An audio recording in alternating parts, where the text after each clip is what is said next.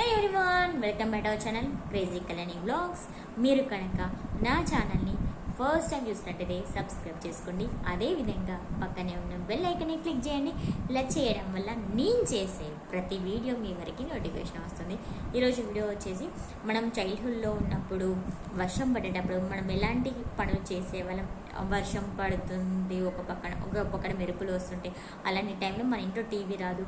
TV రాకపోతే మనం ఎలాంటి కొంటె పనులు చేసేవాళ్ళం టీవీ రావడం కోసం. అసలుకి టీవీతో మన కుటుంబానికి ఉండే బాండింగ్ ఎలా ఉండేది, ఆ టీవీ కోసం రావడం పడిన తంటాలు, ఇలాంటివన్నీ ఈ వీడియోలో మనం డిస్కస్ చేసుకుందాము. మీకు ఈ వీడియో చూసాక ఖచ్చితంగా మీకు కూడా మీ మెమరీస్ రిమైండ్ అవుతాయి. తప్పకుండా వీడియోని లాస్ట్ వరకు చూడండి, స్కిప్ చేయకండి. మిమ్మల్ని ఎక్కువసేపు వెయిట్ చేపించి తెచ్చుకోలేదు. ఇక ఆలస్యం కాకుండా మనం వీడియోలోకి వెళ్ళిపోదాం. మనకి మంచిగా కరెక్ట్గా ఏదైనా సీరియల్ ఏదైనా ఇంపార్టెంట్ టీవీలో వస్తుంది అనే టైంలో ఒక పక్కన వర్షం వస్తుంది, ఒక పక్కన ఉరుములు మెరుపులతో కూడిన భయంకరమైన తుఫాన్ లాగా వస్తూ ఉంటుంది వర్షం. అలాంటి టైంలో ఖచ్చితంగా పవర్ కట్ అవుతుంది. ఒకవేళ పవర్ వచ్చినా కానీ టీవీ రాదు. టీవీ అసలైన తిప్పలు అక్కడ స్టార్ట్ అవుతుంది. టీవీ ఆన్ చేసామనుకో మనకి ఆ టీవీ పైన ఒక చుక్కలాగా కనిపిస్తుంది. ఇక ఆ చుక్కతో మొదలైన కష్టాలు ఇక మనకు అంతా ఇంత చెప్పలేం.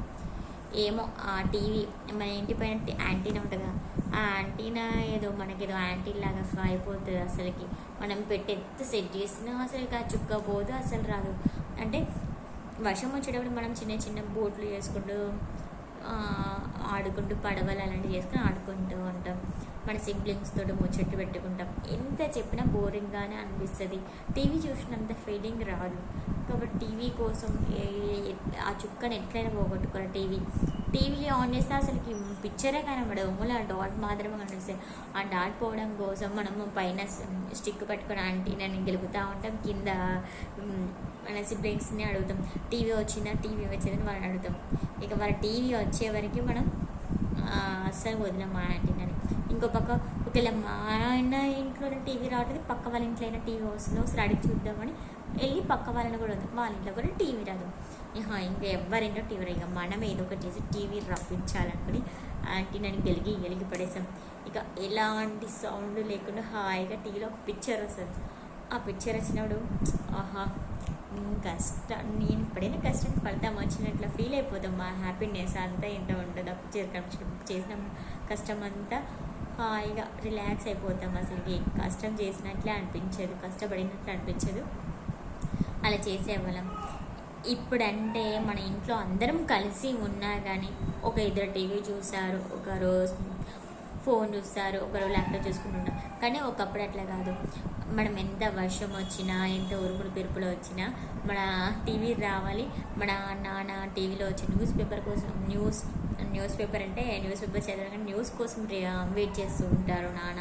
ఈ అమ్మ అయితే సీరియల్ కోసం చూస్తాం. మనమైతే పిల్లలమైతే కార్టూన్స్ ఏదైనా చిన్న చిన్న గేమ్స్ ఏమైనా వస్తే వాటి కోసం ఎదురు చూస్తూ ఉంటాం. ఇక వాళ్ళ టైం అయిపోయాక మన టైం మనం చూస్తాం. ఒకళ్ళు కరెక్ట్గా ఎంత పోగో ఇట్లాంటి కార్టూన్స్ అవి చూసేటప్పుడు సడన్గా మా అమ్మ ఇప్పుడు బయట వర్షం పడుతుంది, ఇప్పుడు పవర్ కట్ చేస్తే టీవీ రాదు, ఎట్లన్నా అది ఒక టెన్షన్ ఉంటుంది మా ఇంట్లో. ఆ టెన్షన్తో టీవీ చూసిస్తాము. ప్రతి ఒక్కరికి వర్షం వచ్చేటప్పుడు ఇలాంటి టీవీతో పడ్డ కష్టాలు అంతా ఇంత ఉండవు. ప్రతి ఒక్కరు ఈ సిచ్యువేషన్ ఫేస్ చేస్తూ ఉంటారు. మనం నార్మల్గా ఏదైనా ఇంట్రెస్ట్గా టీవీలో ఏదైనా జరగడం కరెక్ట్ టైంలో పవర్ కట్ చేస్తే ఎంత ఘోరంగా తిట్టుకుంటామో ఆ టైంలో కూడా అలా అనిపించేది. నాకైతే ఎందుకు ఈరోజు ఈ వీడియో చేయాలనిపించింది.